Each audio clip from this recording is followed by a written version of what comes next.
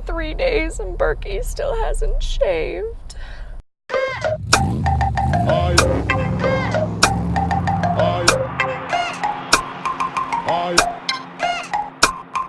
Oh yeah! Everything is awesome. Everything is cool when you're part of a team. Hello everybody, we are back with another road trip recap because I'm driving home from LAX and have nothing better to do. Yeah, definitely need to talk about some things, including on a scale of 1 to Jacob Vrana's Instagram story, how crunk was your Saturday night? 2 goats. All-time hockey, baby. All-time fucking hockey. The game-winning goal. The best defense in the league. Because I'm clocking in about it at Christian Juice. The silky mitts. The silky mitts. Few things to explain. Yes, my car is messier than last time. It will probably continue to be messy. I am wearing 2 sets of glasses because I'm blind as a fucking bat and don't want to invest in prescription sunglasses. I am dressed like the worst walk of shame ever, despite having only had dinner with my great uncle and aunt and parents last night. I'm just tired. It's been a long weekend. Graduated this weekend. I now have 2 stupid degrees in screenwriting that'll never get me nowhere, but it's fun, and I'm a nerd, and I like school. This is insane. This entire situation is insane. I'm so excited that the Caps won. You might be wondering why I didn't do a Game 4 recap. It's because I don't consider Game 4 to be an actual game. I thought it was a piece of shit. I'm not mad, Vegas Knights. I'm just disappointed. You will find throughout my videos that I care very little who wins if it's a good game. I'm glad the Caps won because it was a shitty game, and I feel like the Vegas Knights were just miraculously replaced with some other terrible team, or just the Edmonton Oilers. Where to begin? Game 4, that's all I'm gonna say. The Caps won. Woohoo. The Vegas Knights didn't even try. So I don't have much sympathy, honestly, for them. Game 5, however, is incredible. I eat my words completely. I have said for weeks now that the Vegas Knights would take the cup. I thought they were a more well-rounded team. I kind of miscalculated for how fucking hungry the Caps were, and it was just good hockey. I mean, you don't get better than Game 5 hockey, really. The Vegas Knights actually decided to show up, which is a really good thing. I would have preferred that 2 games ago, but we're not being picky here. My team won. The entire first period went without a goal, which was, for lack of a better term, infuriating. I have a very interesting Game 5 story, which is that I work a lot. I also had my last week of school last week, so I told my classmate that I apologize in advance, but I will be watching Game 5 in class.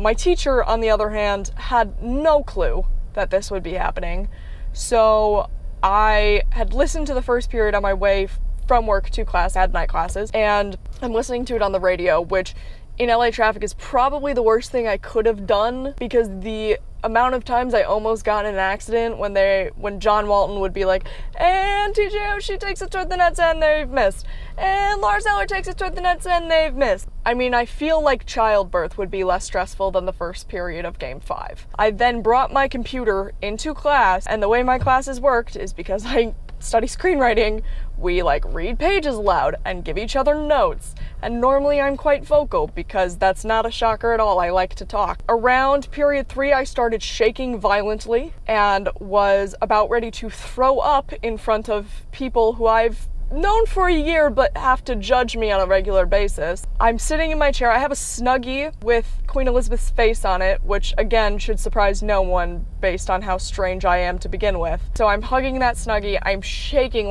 physically my hands are. Then when it got down to the last 6 minutes and Lars Eller scored the game-winning goal to put him ahead of Vegas, that is when the tears started. And again, I'm sitting in a class with people who none of them care about hockey. Thank God they know I do care about hockey, or else this would be very strange to watch. I imagine my teacher was quite confused. So I'm shaking, and of course with like the last 30 seconds left, my teacher goes, okay, Kelsey, it's your turn, like we're gonna go over your script. And I was like, can we have a break? He was like, no. No, we're gonna go over your script, we'll take a break afterwards. Thank God my script notes only lasted about 2 minutes. They're normally supposed to last about 15. That was incredibly helpful.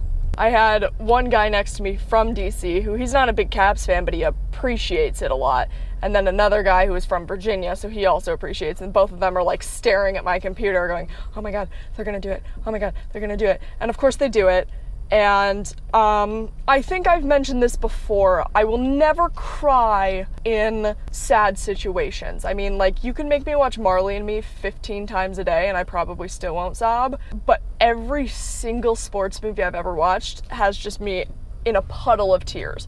So to actually experience my team winning the Stanley Cup for the first time in franchise history, I was a mess. So I was basically just this garbage gargoyle sitting in front of people I barely know, sobbing my eyes out while they had no idea what was going on. Eventually we took the break and I just bolted outside and just started sobbing, because apparently this is something that I'm allowed to do in public. I guess I was louder than I thought I was. I thought I was being quite respectful, but I was sitting in a hallway screaming, I'm just so happy. Yeah, my teacher finally clocked onto maybe there's something a little wrong with this chick. A couple of my classmates kind of explained to him, like, no, she's just very excited.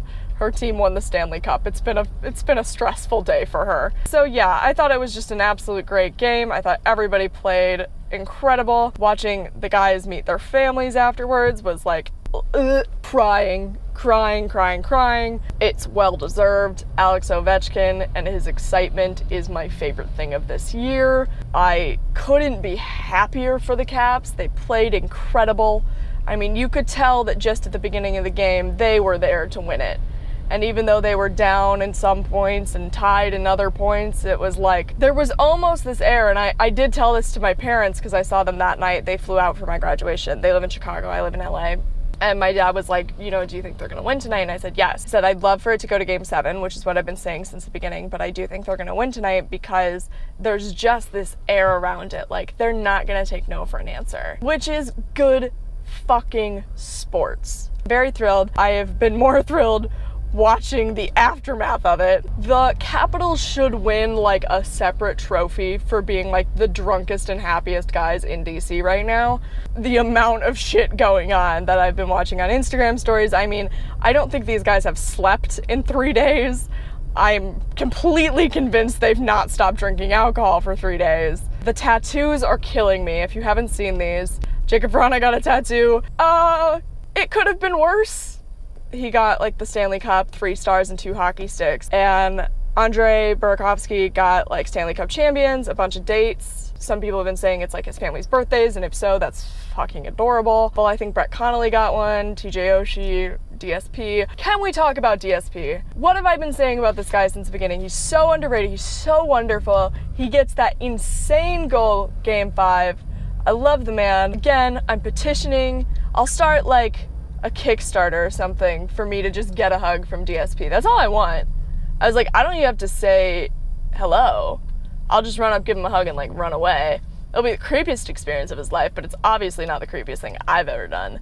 I mean, these guys are on top of the world. I couldn't be happier for them. Very sad hockey season's over. It'll start back up in September though, so that's not too bad. It's not super long, but you know, it's so much fun to watch people actually achieve their dreams, which sounds like a fucking poster in a middle school classroom. I mean, they worked so hard, and I'm not gonna say that like every year I get obsessed with a new sport, and when I do, my team/athlete wins the world title, but that has happened. So I'd like to claim good luck charm status. So Caps PR team, FYI, good luck charm. I wish I had more to say.